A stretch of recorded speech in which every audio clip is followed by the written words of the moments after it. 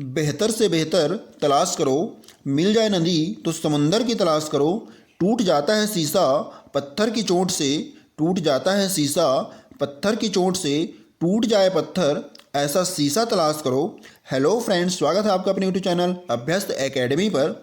आज हम पुनः हिंदी व्याकरण की अगली क्लास वर्ण विचार का भाग 2 व्यंजन व उसके प्रकार का विशेष अध्ययन इस वीडियो के माध्यम से करने जा रहे हैं। इसके पहले क्लास में हमने स्वर का विशेष अध्ययन किया था। अगर आप उस वीडियो को नहीं देखे हैं तो वीडियो को पहले देख कर आपको और अच्छे से समझ आएगा।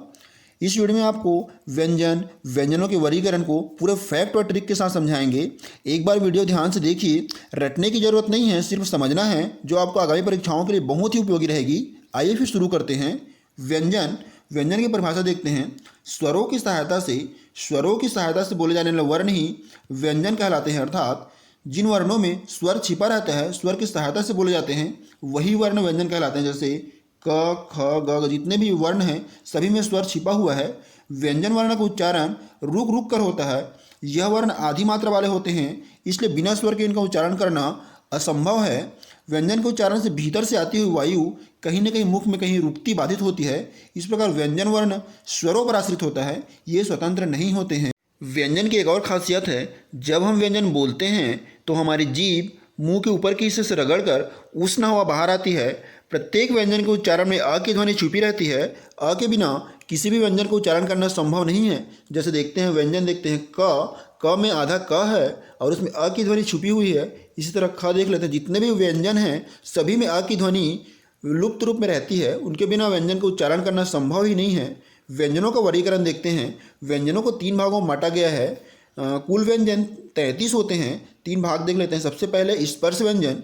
स्पर्श व्यंजन में क वर्ग से प वर्ग तक कुल 25 व्यंजन आते हैं। दूसरा है अंतःस्थ व्यंजन, उसमें कुल 4 रहते हैं, य, र, ल, व। तीसरा है ऊष्म व्यंजन, उसमें भी 4 हैं, स, स, ह। शुरू से देखते हैं। पहला है स्पर्श व्यंजन। इनका उच्चारण क्रमशः कंठ, तालु, मूर्धा, दंत, ओष्ठ स्थानों से स्पर्श होता है, इस कारण इसे स्पर्श व्यंजन कहते हैं। इनकी कुल संख्या 25 है। 25 स्पर्श व्यंजनों को कुल 5 वर्गों में विभाजित किया गया है, जिनमें पहला है क वर्ग। क वर्ग में क, ख, ग, घ, ड़।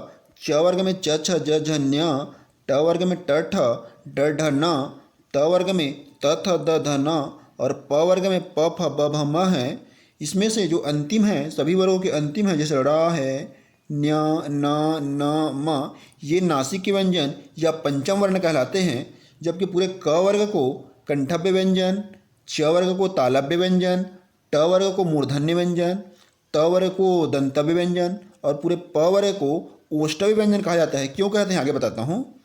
क वर्ग बोलते समय हवा, जो प्राणवायु का दबाव कंठ जो हमारे गले पर पड़ता है, अर्थात प्राणवायु कंठ पर ज़्यादा जोर डालता है, इसलिए ये कंठ व्यंजन कहलाते हैं। जितने भी क वर्ग में क, ख, ग, घ, ड़ जितने भी आते हैं सभी ये कंठ व्यंजन कहलाएंगे।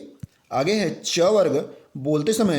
च वर्ग बोलते समय प्राणवायु का दबाव कंठ गले से ऊपर, थोड़ा ऊपर तालु पर होता है, इसलिए तालव्य व्यंजन कहलाते हैं। च वर्ग को स्पर्श संघर्षी व्यंजन भी कहते हैं। च वर्ग में जितने भी वर्ण 5 वर्ण हैं सभी तालव्य व्यंजन कहलाएंगे। क्यों कहलाएंगे? क्योंकि जो प्राणवायु का दबाव गले के थोड़ा ऊपर तालु पर रहेगा। अगला है ट वर्ग। ट वर्ग बोलते समय जुबान, जीभ ऊपर टच होती है। जीभ ऊपर टच होती है। हवा अर्थात प्राणवायु गले से बाहर आकर गले तालु में न रुककर जहाँ आकर रुकती है उसी जगह को मूर्धा कहते हैं। गले जिस तालु और कंठ में न रुककर आगे ऊपर जहाँ आकर रुकती हवा उस जगह को मूर्धा कहते हैं। ये व्यंजन मूर्धन्य व्यंजन कहलाते हैं। ट वर्ग में जितने भी हैं ट, ठ, ड, ढ, न सभी मूर्धन्य कहलाएंगे। अगला है त वर्ग। त वर्ग बोलते समय जीभ दांतों का सहारा लेती है। प्राणवायु का दबाव दांतों पर होता है। दांत पर होने के कारण इसको दंतव्य या दंत व्यंजन कहते हैं। त वर्ग में जितने व्यंजन हैं त, थ, द, ध, न सभी दंतव्य व्यंजन कहलाएंगे। अगला है प वर्ग। प वर्ग बोलते समय हवा का पूरा दबाव ओंठ पर रहता है, ओष्ठ पर रहता है, इसलिए इसको ओष्ठव्य व्यंजन कहते हैं। प, फ, ब, भ, म। अगला देखते हैं अंतःस्थ व्यंजन। ये वर्ण स्पर्श एवं उस व्यंजन के बीच आते हैं। ये स्वर और व्यंजन के बीच स्थित हैं, जो जीभ, तालु, दांत, ओष्ठ को परस्पर सटाने से उच्चारित होते हैं, किंतु कभी भी पूर्ण स्पर्श नहीं होता है। जैसे य, र, ल, व। इनको अच्छे समझते हैं। य व देखते हैं। य व बोलते समय स्वरों से ज़्यादा तथा बाकी व्यंजनों से कम समय लगता है। स्वरों से ज़्यादा तथा बाकी व्यंजनों से कम समय लगता है, इसलिए इनको अर्ध स्वर कहते हैं। किनको अर्ध स्वर बोलते हैं? य और व अर्ध स्वर कहलाएंगे, क्योंकि इनको बोलते समय स्वरों से ज़्यादा समय और बाकी जितने व्यंजन हैं उससे कम समय लगता है, इसलिए ये अर्ध स्वर कहलाते हैं। ल देखते हैं, बोलते समय जीभ ऊपर वाले दांत की जड़ों को स्पर्श करता है। ल बोलते समय जीभ ऊपर वाले दांतों की जड़ों को स्पर्श करता है और बगल वाली हिस्सा से हवा बाहर निकलता है। इसको पार्श्व या पार्श्विक कहते हैं। आप बोलकर ट्राई कीजिए, ल बोलिए। ल आपका जीभ ऊपर के दांत की जड़ की स्पर्श करेगा और हवा जो है बगल से निकलेगी, इसलिए इसको पार्श्विक भी बोलते हैं। अगला देखते हैं, र बोलते समय जीभ ऊपर जाकर मूर्धा को स्पर्श करता है।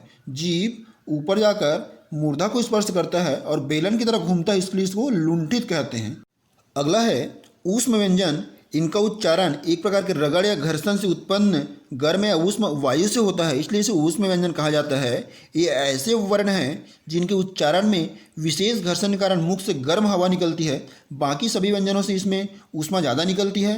चारों साउंड जैसे श स श क्रिएट करते समय मुख से गर्म हवा बाहर आएगी। इसके अलावा आप दूसरे व्यंजन को बोलकर ट्राई कीजिए, जैसे क ख ग, ये सब बोलते समय मुख से गर्म हवा बाहर नहीं निकलती है, जबकि श बोलते समय ऊष्म हवा बाहर निकलती है, इसलिए इसको ऊष्म व्यंजन कहा जाता है। अगला देखते हैं, द्विगुण व्यंजन। ड़ ढ, ये दोनों को द्विगुण व्यंजन की श्रेणी में रखा गया है। ये दोनों वर्ण ड और ढ के विकास करके बने हैं। अगला है उच्छिष्ट व्यंजन। जिन व्यंजनों के उच्चारण में जिह्वा ऊपर उठकर मूर्धा को स्पर्श करते हुए नीचे गिरती है, तो उसे उच्छिष्ट व्यंजन कहा जाता है। इसमें दोनों द्विगुण को शामिल किया गया है, जैसे ड़ ढ। इनका प्रयोग शब्द के आरंभ में नहीं होता है, मध्य या अंत में किया जाता है। शब्द के आरंभ में नहीं होकर मध्य या अंत में किया जाता है। जैसे मेढक में इनका प्रयोग बीच में हुआ है। पढ़ना, चढ़ना, लड़का, सड़क, इस सब में इनका प्रयोग मध्य में हुआ है। बिना बिंदु वाले का प्रयोग शुरुआत में, जैसे ढोलक, डमरू, ये सब जिसमें बिना बिंदु नहीं लगा है उनका शुरुआत में प्रयोग होगा, जबकि जिसमें बिंदु लगा है उनका प्रयोग मध्य में होगा। अगला देखते हैं, संयुक्त व्यंजन। कुछ ऐसे व्यंजन जो दो या दो से अधिक अक्षरों से मिलकर बने होते हैं संयुक्त व्यंजन कहलाते हैं। इनकी संख्या भी 4 है। जैसे छ, त्र, ज्ञ, श्र। छ देख लेते हैं। छ आधा क और स से मिलकर बना है। त्र आधा त और र से मिलकर बना है। ज्ञ ज और न्य से मिलकर बना है, जबकि श्र आधा स और र से मिलकर बना है। प्रयत्नों के आधार पर व्यंजनों का वर्गीकरण देखते हैं। प्रयत्नों के आधार पर व्यंजनों को कुल 3 भागों में बांटा गया है। पहला है स्वर तंत्री के श्वास कंपन के आधार पर, दूसरा है श्वास या प्राण की मात्रा के आधार पर, तीसरा है जीव अथवा अन्य अवयवों के श्वास में अवरोध उत्पन्न करने के आधार पर। इनको आगे समझते हैं। पहला देखते हैं स्वर तंत्री के श्वास या कंपन के आधार पर। इसको 2 भाग में बांटा गया है। पहला है अघोष ध्वनि। जिन ध्वनियों के उच्चारण में स्वर तंत्रियों में कंपन ना हो उसे अघोष ध्वनि कहते हैं। इस वर्ग में सभी वर्गों के प्रथम व द्वितीय वर्ण और तीनों श को शामिल किया गया है।